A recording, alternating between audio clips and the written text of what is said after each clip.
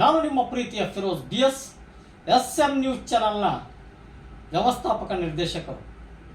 ಆತ್ಮೀಯ ವೀಕ್ಷಕ ದೇವರುಗಳೇ, ತಮ್ಮೆಲ್ಲರಿಗೂ SM ನ್ಯೂಸ್ಗೆ ಸ್ವಾಗತವನ್ನು ಕೋರುತ್ತಾ, ಭಾವಲಹರಿ ಅನ್ನೋದು ಸಂಗೀತದಲ್ಲಿ ಒಂದು ರಸದೌತಣವನ್ನು ಉಣಬಡಿಸುವಂತಕ್ಕಂಥ ಒಂದು ದಿವ್ಯ ವೇದಿಕೆ. ಸೊ ಇಲ್ಲಿ ಸಾಹಿತ್ಯ ಯಾವ ರೀತಿ ಕೂಡಿಕೊಂಡಿದೆ, ಯಾವ ರೀತಿ ಭಾವನೆಗಳನ್ನು ಹೊರಹಾಕಲಿದೆ ಅನ್ನುವುದು ಸಂಗೀತದ ಭಾವಕ್ಕೆ ತಂದಿರತಕ್ಕಂಥ ಒಂದು ವಿನೂತನ ರೀತಿಯ ಒಂದು ಶೃಂಗಾರ ಕಾವ್ಯ. ಸೊ ಹಾಗಾಗಿ ಸಾಹಿತ್ಯಕ್ಕೆ ಮತ್ತು ಸಂಗೀತಕ್ಕೆ ಇರುವಂತಹ ಒಂದು ಅವಿನಾಭಾವ ಸಂಬಂಧ ನಿಜಕ್ಕೂ ನಾವು ನಮ್ಮ ಮೈ ನವಿರಳಿಸುವಂತಹ ಒಂದು ವಿಶಿಷ್ಟ ಸಂವೇದನಾಶೀಲತೆಯನ್ನು ತಂದುಕೊಡ್ತಕ್ಕಂತಹ ಭಾವಲಹರಿ ಅಂತಕ್ಕಂಥದ್ದನ್ನು ನಾನು ಈ ಶುಭ ಸಂದರ್ಭದಲ್ಲಿ ವ್ಯಕ್ತಪಡಿಸುತ್ತೇನೆ. ಈ ಒಂದು ಭಾವಲಹರಿ, ಸಾಹಿತ್ಯದ ಭಾವಲಹರಿಯನ್ನು ನಾನು ನಿಮ್ಮ ಮುಂದೆ ಒಂದು ಪುಟ್ಟ ಪ್ರಯತ್ನದಲ್ಲಿ ತರೋಕ್ಕೆ ಇಷ್ಟಪಡ್ತಾ ಇದ್ದೀನಿ. ಮೈಯನೆ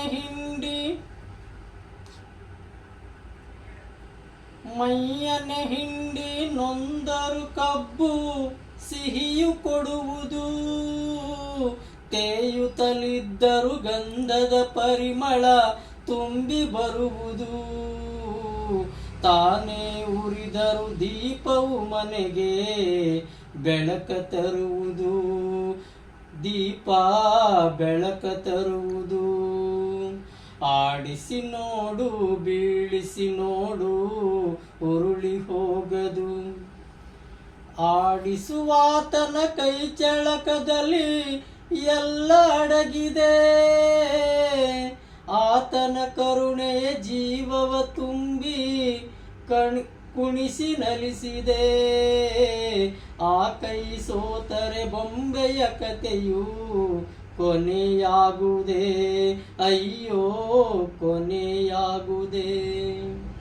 ಆಡಿಸಿ ನೋಡು ಬೀಳಿಸಿ ನೋಡು ಉರುಳಿ ಹೋಗದು, ಏನೇ ಬರಲಿ ಯಾರಿಗೂ ಸೋತು ತಲೆಯ ಬಾಗದು, ಎಂದಿಗೂ ನಾನು ಹೀಗೆ ಇರುವೆ ಎಂದು ನಗುವುದು, ಹೀಗೆ ನಗುತ್ತಲಿರುವುದು. ಆಡಿಸಿ ನೋಡು ಬೀಳಿಸಿ ನೋಡು ಉರುಳಿ ಹೋಗದು. ಧನ್ಯವಾದಗಳು ಸ್ನೇಹಿತರೆ. ಈ ಒಂದು ಭಾವಲಹರಿಯನ್ನು ಸಾಹಿತ್ಯ ಮತ್ತು ಸಾಂಗತ್ಯದೊಂದಿಗೆ